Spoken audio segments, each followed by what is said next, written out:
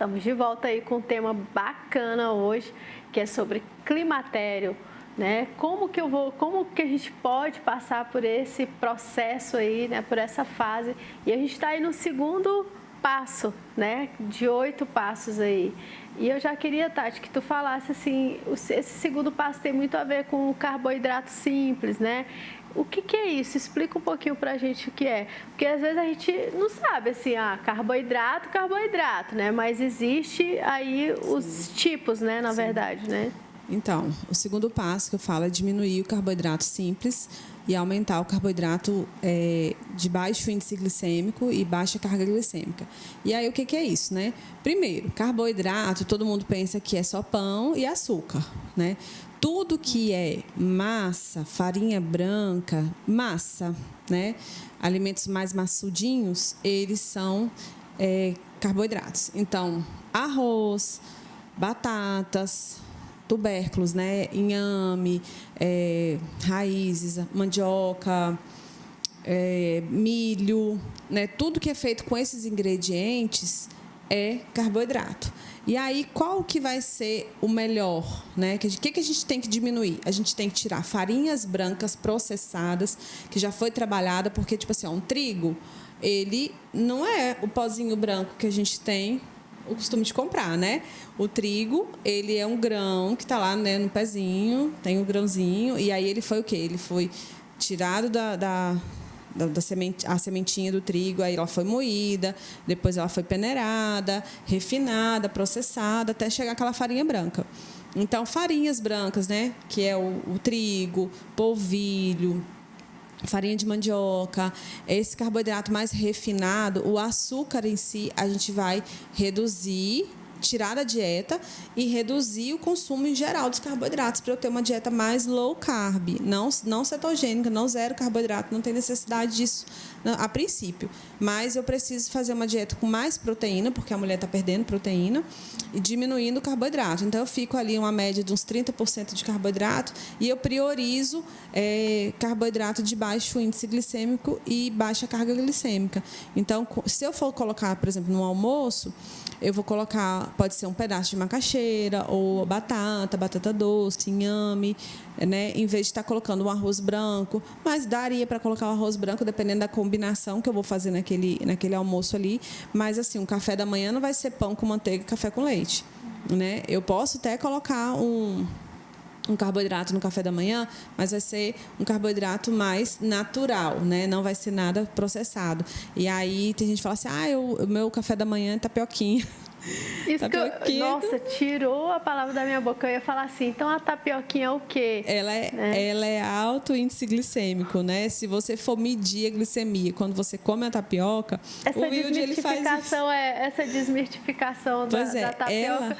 O Wilde já me falou, eu fiquei até triste no dia, agora eu já estou mais conformada que a tapioca. A tapioca, né, ela ficou um pouco famosinha agora porque ela não tem glúten. E as pessoas confundem o não ter glúten para quem tem uma acessibilidade ou uma doença celíaca, algum problema com o glúten, que pode comer uma tapioca, né, porque ela não vai ter glúten, ela é feita da mandioca, o polvilho da mandioca, com ser mais saudável do que o pão, né? Mas ela é o quê? Se você pegar um pedacinho de tapioca prontinha e colocar em cima da boca, na língua, ela já começa a derreter, porque a gente tem a amilase salivar, a gente tem uma enzima na saliva que já começa a degradar o carboidrato ali. Então, assim, é praticamente açúcar puro. Ela absorve muito rápido, então ela sobe a glicemia ali, e aí o excesso de glicose na corrente sanguínea, se você não utilizar naquele momento, ela vai ser convertida em gordura. Então, eu não é que eu não indico tapioca, eu até coloco nos meus cardápios tapioca como uma opção para a pessoa, mas ela sempre tem que estar acompanhada com uma proteína de alto valor biológico para dar saciedade, porque quando você come um carboidrato simples, né, uma tapioca no caso, ou então um pão de queijo, você quer comer às vezes além da conta e rapidinho está com fome depois, né? Então a gente tende a diminuir a quantidade de carboidrato total da dieta, né? E principalmente diminuir o simples, né? Dando prioridade para o de baixo índice glicêmico. No caso, o terceiro passo é diminuir o valor calórico. Como que é feito isso mesmo, né? Então. Eu preciso ter lá uma calculadorinha para fazer, porque quando a gente fala diminuir o valor, a gente já pensa associa em números, isso, né? Em números. Sim. Quando a pessoa procura um profissional, que é o ideal, né? Tá dentro do consultório, aí vai calcular de acordo com o peso, altura e idade. Né? Dentro dessa idade, ela vai ter já o metabolismo vai estar reduzindo, e aí a gente vai fazer o cálculo e ver quanto é que ela precisa de energia. Mas não, eu estou em casa e eu estou percebendo, né, igual eu falei no início, que eu não mudei a minha dieta, eu como todo dia igual, praticamente a mesma, varia os alimentos, mas a quantidade sempre foi a mesma, e eu estou engordando, mesmo sem aumentar a quantidade de comida que eu tenho comido. E aí, por quê? Porque o meu gasto energético com a idade ele vem diminuindo. Então, eu tenho que diminuir a quantidade de comida à medida que eu vou envelhecendo. Entendeu? Então, se eu não estou com um profissional e eu como todos os dias determinada quantidade de alimento, eu vou começar a diminuir essa quantidade de alimento, porque automaticamente eu vou estar diminuindo o valor calórico do que eu consumo. Então, se eu comia 2 pães de manhã, vou passar a comer só 1. Se eu comia 1, eu como meio.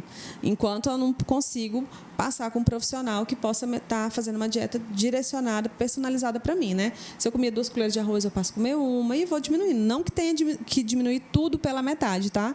Eu estou dando o exemplo aqui do carboidrato, que eu disse que a gente tem que diminuir, né? Então, é um exemplo. Você vai diminuir a quantidade que você come até você saber com o profissional qual é a quantidade mesmo que você precisa estar consumindo.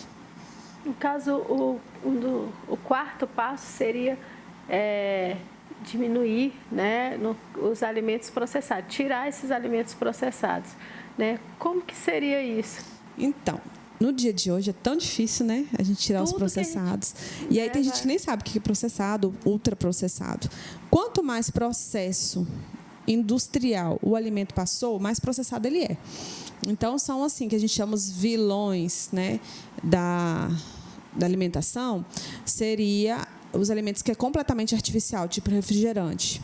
Não tem nada natural nele ali. Mesmo quando fala assim, contém suco de fruta, vai ver lá quantos % que tem de suco de fruta naquele refrigerante. Então, ele é completamente artificial. Ele vai ter o quê? Só coisas químicas ali dentro. Não é comida, né?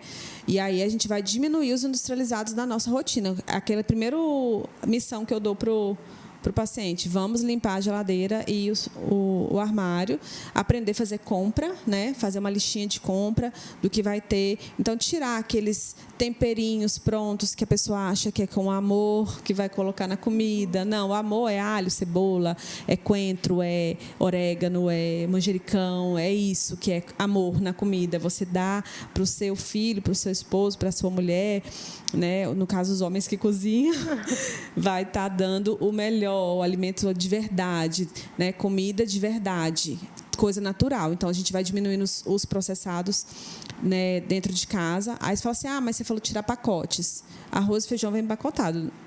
Não, né, gente? Né? Mas a gente pode diminuir o uso desses grãos, né? Porque a gente falou aqui que é carboidrato. Não precisa todo dia ter o arroz com feijão. Então, a gente vai fazendo uma variedade de alimentos e aí embutidos, tipo salsicha, né, que é altamente processado, ultraprocessado, que é o resto de carnes, né, mistura com massas ali, vários aditivos químicos, corantes, conservantes, e aí tira isso da alimentação. Então, tipo assim, entre comer uma salsicha, come uma carne moída, já que você não quer mastigar, né, que é um alimento mais macio. Mas o meu filho prefere comer, eu faço toda semana uma noite do cachorro quente, então faz com carne moída, pão com... Carne moída, que é até mais gostoso, gente.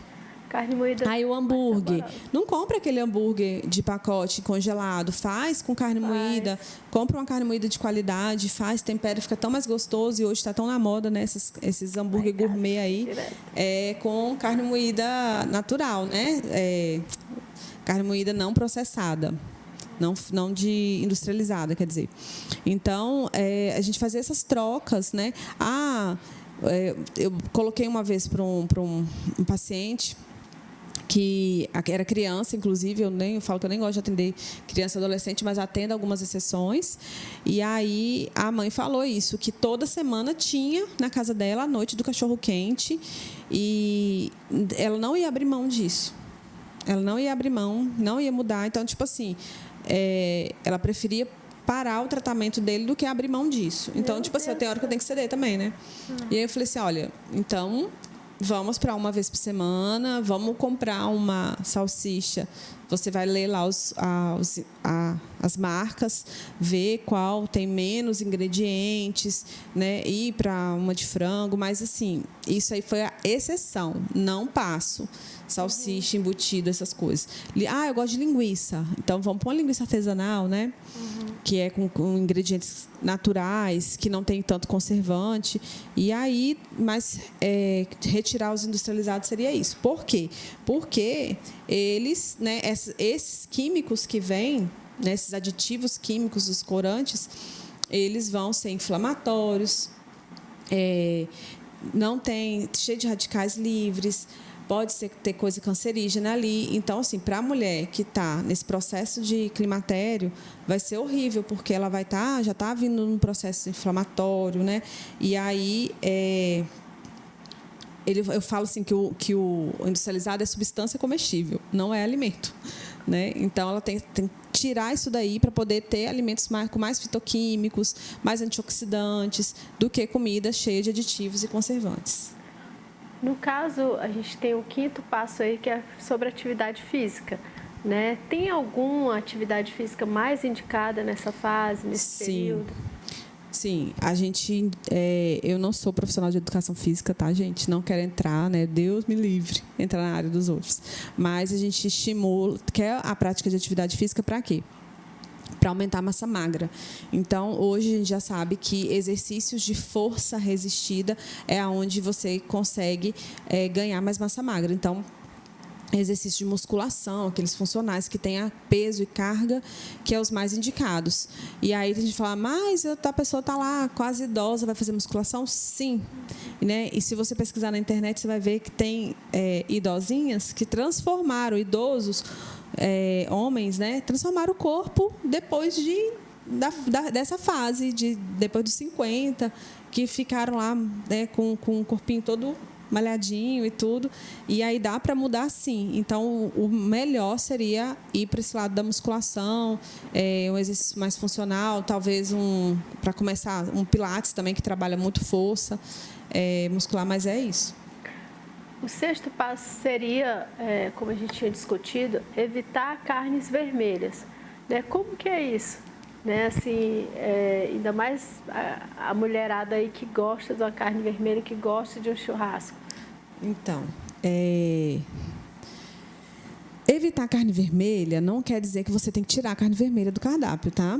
Não precisa tirar, né? É o sódio em si e a carne vermelha que a gente pede para tirar, porque ela vai ter um alto teor de aminoácidos sulfurados, que ele está relacionado com o risco de osteoporose na carne vermelha.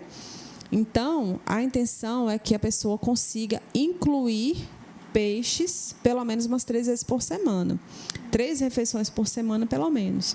E aí você faz uma divisão. Eu falo assim, se a gente conseguir se equilibrar entre carne vermelha, peixe, frango, o porco também, que tem pessoas, elas deixam o porco com medo, né, dele, e aí tiram ele do cardápio, mas pode colocar porco também, né, fazer um equilíbrio. E quando eu falo 3 vezes na semana, 3 refeições, né, não precisa ser almoço e jantar, tipo, segunda, quarta e sexta vai ser peixe na minha casa, almoço e jantar. Não, pode ser só o almoço, 3 refeições por semana, entendeu? A gente tem 14 grandes refeições, né? 7 dias, almoço e jantar, tem 14 refeições. Então, se 3, pelo menos, a gente estiver incluindo o peixe e suplementar o ômega 3 também, eu já diminuo esse risco de vascular, né, e de osteoporose. Isso que é importante, passar mesmo com o profissional, para ele já fazer ali a dieta, né, o cardápio, já tudo certinho, já faz essa divisão, né, vamos dizer assim. O 7º passo, a gente tinha conversado também, que era sobre a importância de colocar a soja, né, no cardápio. Como seria isso? Então, a soja, ela tem isoflavona, né, que é um fito-hormônio parecido, né, ele compensa ali, ele regula, ele modula a questão do estrogênio da mulher. Então, tudo isso acontece com a mulher no climatério porque cai os estrógenos dela, né? Então, a soja, ela já tem sido um dos alimentos mais estudados em relação à modulação hormonal natural da mulher. Então, seria incluir soja, mas tem que ter muito cuidado, porque não pode ser a soja transgênica. Então, se tiver aquele Tzinho amarelinho na embalagem, não compre essa. Tem que ser soja não transgênica. E aí, explorar a soja, né? Tem gente que acha que soja é só aquela carne de soja texturizada. E não, você pode usar o grão da soja, você pode usar essa soja texturizada. O grão da soja, ele parece um feijãozinho, então dá para fazer várias preparações. Tem a farinha de soja que dá para fazer preparações também com ela, o leite da soja e essa proteína texturizada tem ela branquinha e tem ela mais escurinha, que fala que é de frango e de carne, mas não é, de soja mesmo, e está incluindo isso no cardápio. Então, assim, se a gente fosse... E ela é rica em proteína. Não é de alto valor biológico igual a proteína animal, mas ela tem proteína, então daria para poder fazer, intercalar, diminuindo essa carne vermelha e colocando a soja também como uma fonte proteica durante a semana aí. E é muito importante por conta desses fito-hormônios que tem na soja, né, da isoflavona. E é gostosa, gente. Assim, quem já comeu sabe, né, que ela, souber preparar, dependendo do preparo, é muito gostosa. E o último passo aí é sobre os fitoterápicos, né? Eu queria que tu falasse pelo menos 3 exemplos aí desses fitoterápicos e a importância deles para as mulheres nessa fase do climatério. Certo. Fitoterápico é uma paixão, assim, é muito, muito legal. A gente está utilizando, só que tem que ser com recomendação, tá? Não vai sair manipulando e nem comprando coisa em loja de natural, não, que é uma tentação, né? Um dos fitoterápicos é a soja mesmo, né? Por conta dessa isoflavona. Então, tem suplementos de soja, cápsulas, que a pessoa pode estar usando. Tem outro que é a Simifuga, não sei o nome científico, ramseosa, uma coisa assim. Que ela também estimula, tem essas isoflavonas. Então, o que ela faz, né? O que a soja também faz? Diminui os fogachos, porque ela modula o estrogênio, né? Então, ela diminui os sintomas do climatério, tanto a Simifuga quanto a soja. Aí eu tenho o trevo vermelho, que vai diminuir a questão da ansiedade, depressão, também tratar os fogachos, porque a mulher ela vai por conta desse fogacho, que é o que deixa ela mais irritada quando ela começa a sentir esses calores, que tira ela do centro dela, né? E aí vem uma coisa atrás da outra. E aí, então, o trevo vermelho, ele faz isso. Tem outro, a amora, que é muito conhecida, então muita gente tem buscado a amora, e aí pode estar fazendo chá de folha de amora, se tiver um pé de amora próximo, pegar a folha de amora, fazer o chá, tomar 2 vezes ao dia. Você tem coisa que a gente tem costume de tomar e não sabe que ajuda no climatério também. Chá de erva cidreira é calmante, então ele vai ajudar nessa parte da calmaria, né, melhorar o sono, porque tem distúrbio do sono também, é outro sintoma. A mulher começa a dormir muito mal. Que mais que a gente pode estar usando? Os mais conhecidos são esses, né? A amora, a maca peruana pode estar melhorando a questão da libido, tribulus terrestre também. Mas tudo isso a gente chegou aqui, a queixa principal da mulher é os fogachos, sudorese, irritabilidade, ansiedade, e aí dá para a gente montar um blend, fazer uma prescrição específica para ela, para manipular, e aí ela procura a loja de farmácia de manipulação para poder fazer essa fórmula para ela, né?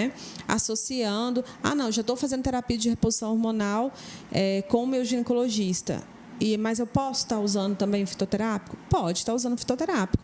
É lógico que o resultado do fitoterápico em relação a uma terapia de reposição hormonal convencional, com hormônios bioidênticos, transdérmico, ou através de implantes de tipo chip, né? Que não é implantes, não é chip, e que o pessoal chama de chip da beleza, né? Ele vai ser feito de acordo com a mulher, com a indicação que ela tem, qual hormônio que ela tem deficiência. Aí impede dela fazer o uso de fitoterápico? Não impede. Pelo contrário, vai auxiliar. E a diferença do fitoterápico para esses tipos de hormônio é porque, como é natural, a concentração é muito menor. E não é um hormônio propriamente, né? Então, é uma planta que vai ajudar nesses sintomas. E aí, a resposta é mais lenta. Mas se a gente começar a fazer o uso disso na nossa rotina, né, quando você procura o profissional, e aí fala, não, vamos colocar... aí tem uma paciente que fala comigo, você é a doida do chá. Eu falo, vamos colocar um chazinho, né, antes do almoço, ou dependendo da situação que tiver com ela, né? Ou então depois do almoço, em jejum, no café da manhã, ou antes de dormir e tal. Colocar esses chás, né, sob infusão, ou então de decocção, depende do caso.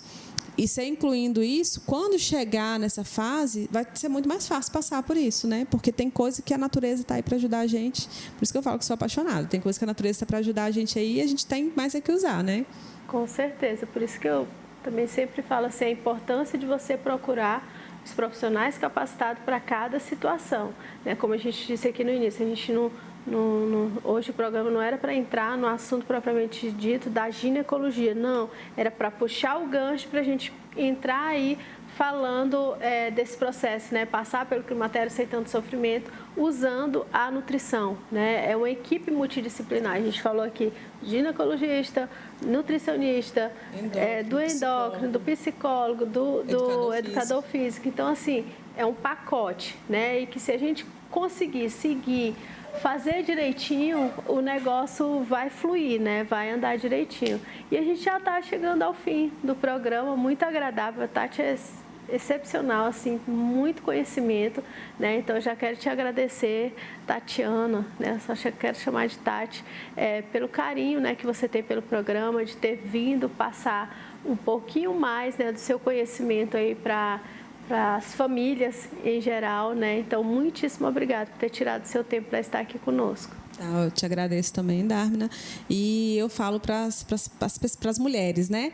Quem quiser mudar o estilo de vida, porque isso precisa de uma mudança do estilo de vida, né? Buscar passar pelo climatério de uma maneira mais tranquila, mais leve, né? Procure profissional, pode me procurar, eu atendo na Clínica AME, lá na Folha 27, né? Dia de segunda, quarta e sexta à tarde, porque de manhã eu estou no hospital, não falei que eu trabalho no hospital, né? Então, eu estou disponível para ajudar vocês, né? Passar por isso de forma bem tranquila, né? Bem mais leve e conto com vocês, tá? Muito obrigada pela atenção e pelo tempo disponível para mim aí. Pois é, está passando aqui embaixo, né, o endereço, o telefone lá da Clínica AME, né, a gente faz esse conjunto, né, sempre busca os melhores parceiros, as melhores pessoas para estarem passando as informações pertinentes ao assunto e dar um indicativo, né, gente? Então, assim, qualquer coisa, procurem a Tatiana, nutricionista, que eu tenho certeza que você vai ser muito bem assistido, muito bem atendido, né, mulherada? Então, marque aí a sua consulta, não deixem de procurar. Inclusive, mulheres aí que ainda nem estão, né, nessa fase, né, assim, mas que podem fazer o seu agendamento já para ir preparando o seu corpo, porque a prevenção sempre é melhor do que você já entrar já no tratamento, ok? E agradecer a cada um de vocês, telespectadores, que estiveram aqui conosco até o presente momento. E fique ligado no programa Missão Saúde na TV.